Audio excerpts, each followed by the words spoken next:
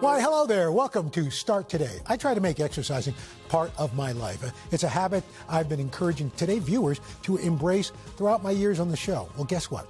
Over 150,000 of you have joined us in our Start Today community, sharing progress and motivating each other. Well, we got to keep that momentum going. We have another empowering episode lined up, from inspiring conversations to workouts that we can all do at home. Plus, we've got Today fitness contributor Stephanie Mansour and I answering your questions. February is American Heart Month, and that's what we're focusing on in Start Today. Today fitness contributor Stephanie Mansour and I kicked off this month's challenge. Check it out. Now, for February, we want to focus on heart health, and we encourage you to scan that QR code so you could join our Start Today walking club. Let's kick things off this month with an inspiring journey. Of course, Steph Mansour here helping us out. We want to talk about Kathy Augustine from Merritt Island, Florida. Here's her story in her own words. I was 27 years old and teaching kindergarten when I got sick with what I thought was a bad cold. It went on for weeks and I continued to get weaker. My mother insisted I get a chest x-ray. That's when the doctors discovered I had cardiomyopathy, a disease that changes the way the heart functions. I was rushed to the hospital for emergency open heart surgery 5 years ago. And then my heart stopped. After being revived, I lived with a heart-pumping device called an LVAD for 6 months.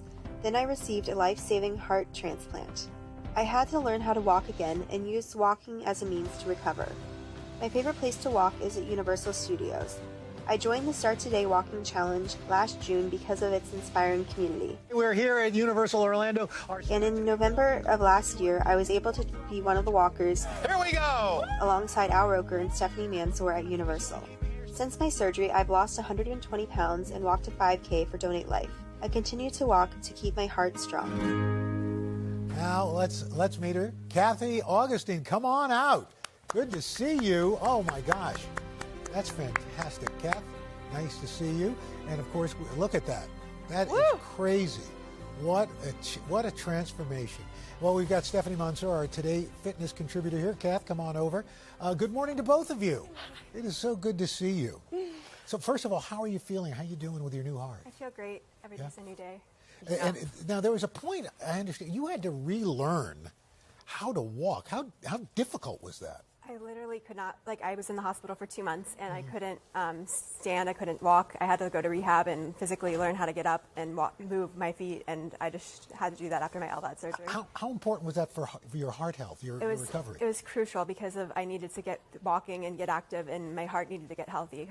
And you mentioned our Start Today Walking Club became part of your life. Yes, I joined in June of 2022, and I've just been a member and I've seen all the motivational stories and everything. Stephanie's been motivational, you've been motivational on your videos.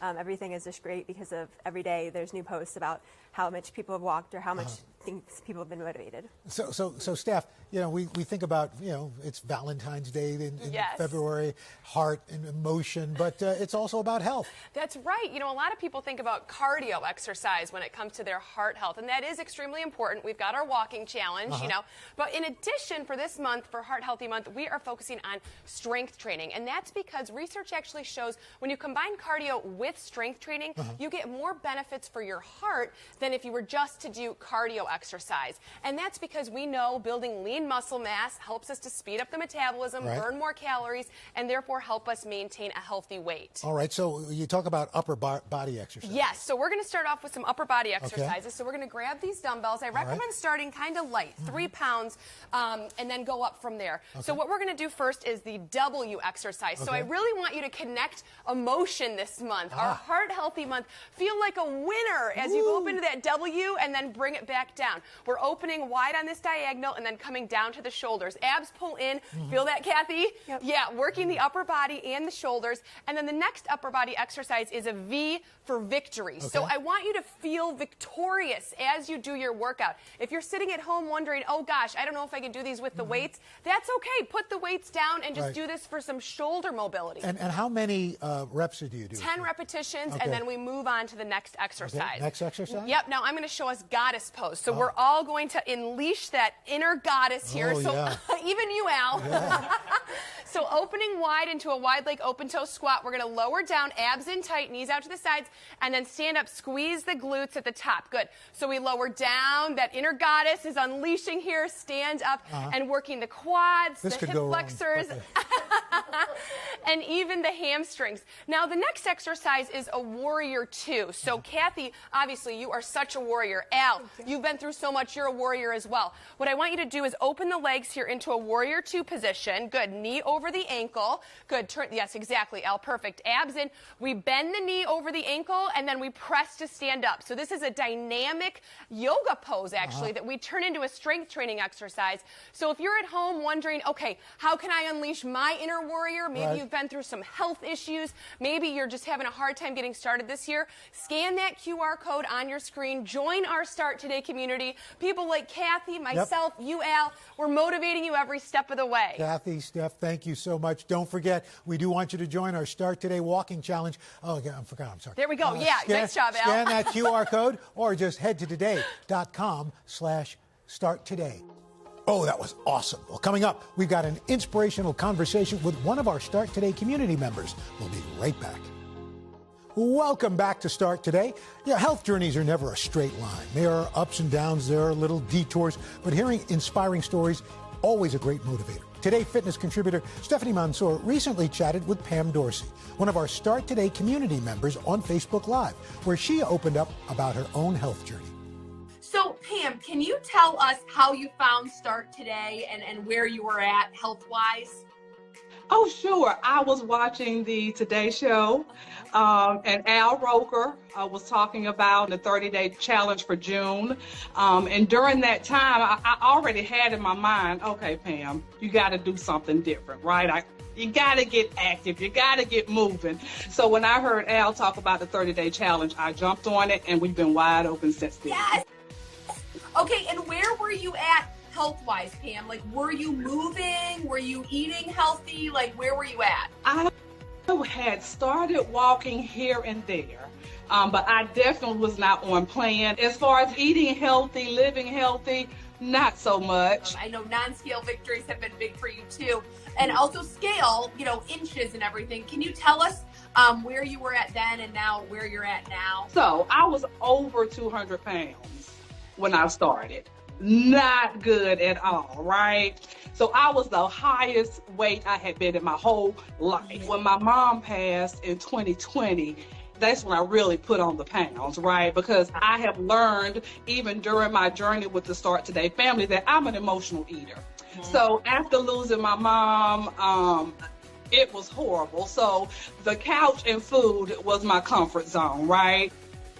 The scale sometimes is not our friend, right? Because you can look at the number and it can discourage you. And that happened with me because I have been walking, I know at least 30 days consecutive, probably more than that. And I got on the scale and it hadn't budged. And I was like, what in the world? So it can be a big discourager. Yes.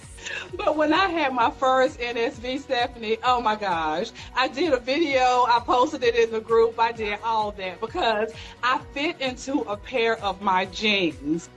I got into my jeans! Look, y'all. I couldn't button these jeans. I could not button them. And now I'm in them. Can you give us like your top maybe 3 non-scale victories aside from the jeans, like energy, sleep, mood, like stuff like that? Yes, it is definitely an energy pick-me-upper, for sure. I have 2 very busy boys. I have a 15-year-old son and I have a just-turned 8-year-old son. Yeah. So I'm able to chase my 8-year-old more without nearly passing out.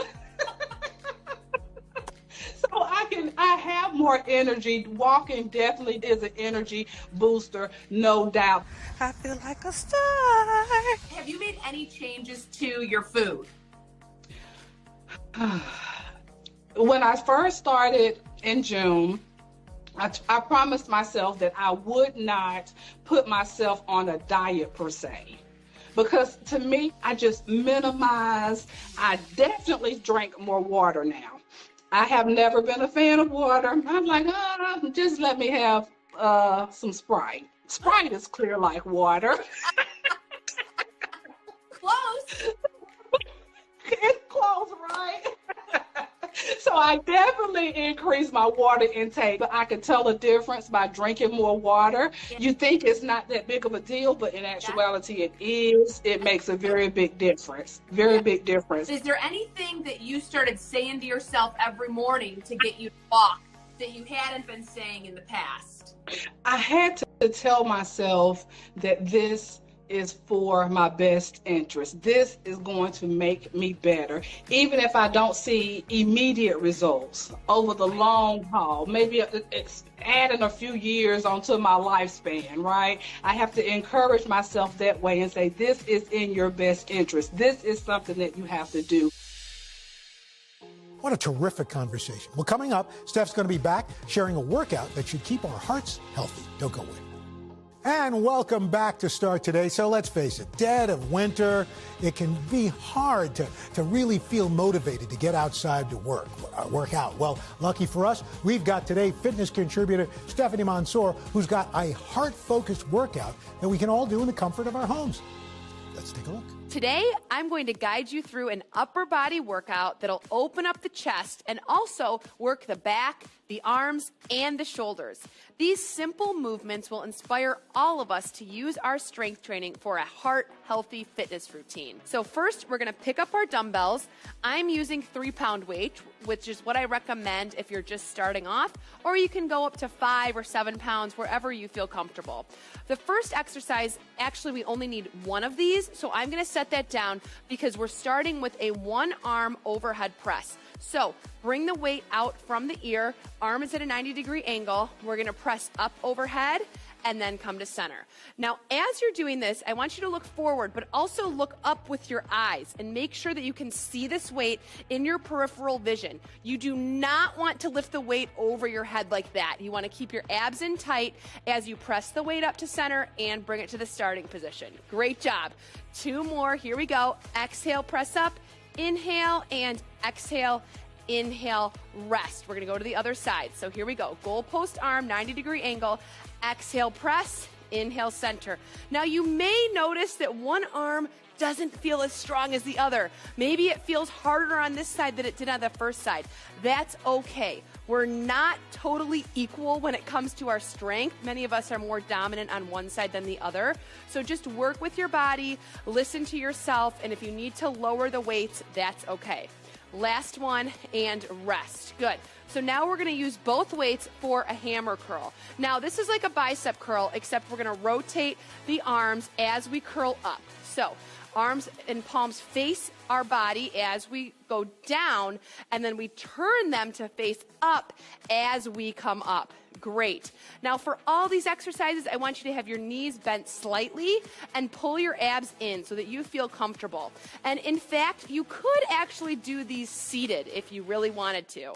Now the next exercise is hug a tree. So we're going to really feel that love. We're going to open the arms out to the sides. We're going to bring the weights to center and open out to the sides. Good. Bring the weights to center and open. Make sure that you're not engaging the traps or the neck here. We're just working the shoulders, the tops of the arms. Good. And a little bit of the chest. Awesome. So when you come together, you feel that working, and when you open, you feel the chest a little bit, but you still feel the shoulders working here, even during that little chest stretch. Good. 2 more. 2. Nice. And 1. Rest. Good. Now we're going to move into the W. Now this is W because you're a winner. Here we go. We're going to bring the weights up, abs in. We're going to press the weights up on that diagonal.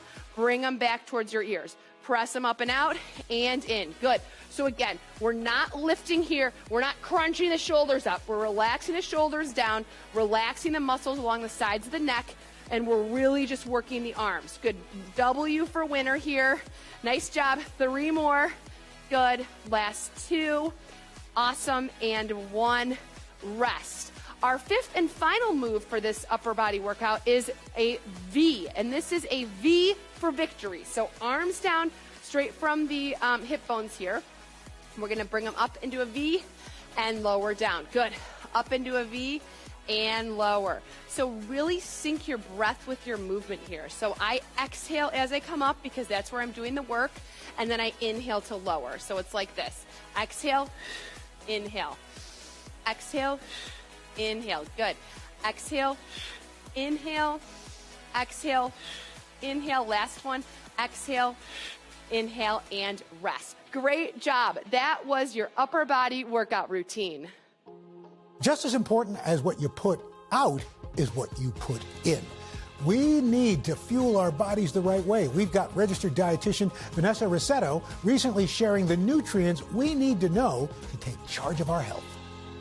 We are going to help you take charge of your health by talking food, breaking down the nutrients that you need right now and in the right amounts also. So joining us this morning is Vanessa Rissetto, registered dietitian and CEO of Culina Health. Good morning, Vanessa. Good morning. You're first time joining us. Yeah. It's so nice to have you Thanks here. for having me. And I think it's so important, you know, when we talk about all this stuff, it's like you think, oh, this is good for you, but how much are you supposed to be taking in? And is it different for men and women? So we're going to start today with fiber. Yeah, so this is one that is actually, there are differences for men and women. So men should have about 35 grams and women about 28 grams. But when I say, hey, get 28 grams of fiber, you're like, cool, where? What does that even How? mean? Yes. Exactly. And you know, fiber is good for gut health, it's good for weight management. And so easy ways for me, I always think like more bang for my buck. Okay. So 2 tablespoons of chia are 11 grams of fiber. Oh, so you add that to your oats, which are 4 grams, right? And so now we're at 15. Then we're going to have... And this stuff all has fiber too? All has fiber. Dark chocolate? Dark chocolate blows everyone's mind. 85% or over has about 3 or 4 grams of fiber. Take a little piece of that, right? Yeah. And also, you know... Wow, that is the hardest dark chocolate I've ever had. Also, 1 cup of raspberries is 8 grams of fiber. Okay. So, you know, if you want to just like add something extra to your oats, just toss it in. That's the easiest way to do it. Exactly. Pistachios, edamame, all exactly. Okay, exactly. cool. Yeah. All right, let's talk about vegetables. We can't do this segment without vegetables. You need vegetables. Right? Everyone needs While I chomp on my dark chocolate. Yes. Okay. How much? So I like to say 1 cup of vegetables at lunch and dinner. Doesn't have to be roasted broccoli or, you know, roasted edamame. We can just cut up carrots, cut up celery, cut up red bell peppers. Is raw best? Depends on what's good, what your stomach can take. Yeah. So, yeah, if you can tolerate raw vegetables, that's awesome. If you want to cook them down because that's a little bit easier for you, that's okay too. Right. But it doesn't have to be, you know, shaved Parmesan and olive oil and roasted for 30 minutes. It's just cut them up, put them on the side, keep it going. You could even munch in those during the day, That's right. That's right. Yep. For those people who do that whole all-day eating thing. Exactly. And you can add some cheese with it to help you, help you get full. So it's really great. So here's the next thing. Right, I see so many people in this building who walk around with these things of water this big. And good for them. Right. If they don't get to the bottom, they feel like they're a failure. Yeah. How much water? 90 ounces? Yeah, so I'm looking for 90 ounces a day, which could be a little bit difficult, but many of us are working at home, so we have easy access to a restroom if you need. Good point. Sometimes that bothers people. But actually, some quick ways for you to get hydration in. You can just add a pinch of Himalayan sea salt. That helps with electrolytes and helps to keep you feeling more hydrated. Yep. Himalayan sea salt? Himalayan sea salt, Okay. yeah. So you don't have to worry too much about, you know, the 90 ounces if it's a little bit taxing. That's kind of the good salt. Let's talk about the not so good salt. It's funny because the thing is, it's not just table salt. There's sodium in so many of our products. Sodium is everywhere. Yeah. And if you have some issues with blood pressure or things like that, you want to pay attention. So the American Heart Association recommends 1 teaspoon, about 2,300 milligrams. Salt is hidden everywhere. So a day? A day. A teaspoon a day? And so here's the thing. Most people eat fresh food, right? Yeah. And so if you are eating canned soups, you want to look for things that are low sodium. You can also get low sodium cold cuts. Yeah. It's just being mindful of those words so that you don't overdo it. All right, since we're talking about goals and 2023, healthy eating, all of this, this is where I mess up. Snacks. My snacks aren't right. I already know. Well, you got to get your snacks my lined snacks up right. I got to get it in order. Well, what happens is people are looking for snacks that are already processed, and yummy. Packaged, and yummy. No, Yes, I'm always looking for things. If it's not delicious, we're not eating it. Right. And so sometimes you'll get a bar, and the bar will be 300 calories, and maybe that might be a little bit over. So you could do the dark chocolate with 15 almonds. So there's fiber, and there's protein, and there's fat. That's not bad. It's going to hold you over. So I'm always looking for more than 150 calories, but no more than 200. So between 150 and 200. Yeah. Is this where I'm supposed to live, or this is where you can is live? Is this home? Yeah, this is home. So, Okay. And so here's a fun way, because eggs maybe by themselves are a little bit boring. Just a little. bagel. So we can add a little hot sauce. We can add everything but the bagel seasoning. Okay. It's very delicious. But also we can always go back to the dark chocolate and the almonds for something fun. I can do that. Yeah. Welcome to my home, Harry. That's right. How's that not melting? Doritos. Oh, no. No. Eggs. Yum. That was great. Thank you, Vanessa. Thank you guys for having me. Thanks. Vanessa, we appreciate those helpful tips. Well, coming up, Steph and I will be answering your health and fitness questions. Alrighty, welcome back. So a new month brings new challenges to accomplish and new questions along the way. Well, we've got the best question answerer here, Steph Mansour, to answer these questions. And I guess I've got a couple too as well. So Steph, first up, you ready? Yep. Okay. Jean Marie sent in a question for you. Should I weight train more than stretch or stretch every day? I love this question. It's a common one, and my answer is split the difference, Al. So I would love for you to strength train 3 times a week, and on the off days, 3 or 4 times a week, I'd love for you to stretch. Why? Because strength training is essential to helping us with our muscle health, and the muscles hug closer to the bones, which help to improve our posture and functionality and balance in the body. But stretching helps to loosen up those muscles. So whether you are exercising a lot or you're sedentary, muscles get tight and they contract, and that can cause pain and other health issues. So I'd love for you to stretch half of the days of the week and then strength train the other half. I guess Michelle has a question for me. My name's Michelle. I'm from Caldwell, Idaho. My question for you is, what is your go-to protein, especially when you're running around for work? My go-to protein, well, I usually keep in my fridge a couple of sticks of string cheese. I get it from one store that's got some prosciutto wrapped around it. Ooh, yum. I've got a jar of peanut butter hanging out. And you don't dip them. I don't. No, I don't. Okay, dip the good. two. I don't combo the two. No. That'd be a new invention. No. Or I keep a couple of packets of those 100-calorie almond things around. So yes, good. I love that. I always recommend clients put a protein bar in their purse too, as well. Just take with them in their bag before or after work. Leave them in the car. Exactly. This way you're driving, you're snacking. Yeah. All right. This one is now for you, Steph. Okay. Sharon's sending in a question. Hi, Stephanie. I'm Sharon Williams from New York City. I'm wondering, what is the difference between static and dynamic stretching?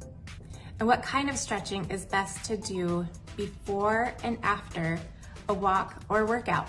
So dynamic stretching, I'm going to show us here, Al. We're going to come forward into a little bit of a lunge, and this is a hip flexor stretch. So we're dynamic stretching right now, which means we're moving. These stretches are in motion, and these are to warm up the muscles in our bodies that we're going to be using to walk. Right. So we do this here, and then you can go ahead and step forward, and then we're going to side bend here in motion again to loosen up the core, the sides of the hips, because we're going to be using these for our walking and for our workouts. Now, at the end of a workout, once the muscles are warmed up and they've been used, we do what's called static stretching, which means we hold this stretch for 10 or 20 seconds, getting into the front there, the hip flexor. We can also do quad stretches by holding onto the ankle or the toe. Yeah, you can do this lying down on your stomach too and bring your foot towards your butt, but this helps to stretch the quad. And again, hold for 10 to 20 seconds. So dynamic stretching, stretching in motion before, static afterwards. Is there an alternative to that, like where you put your foot or something on a stair and kind yes, of, or you a can chair? Absolutely, or you can come down onto the knee and do that stretch like this, or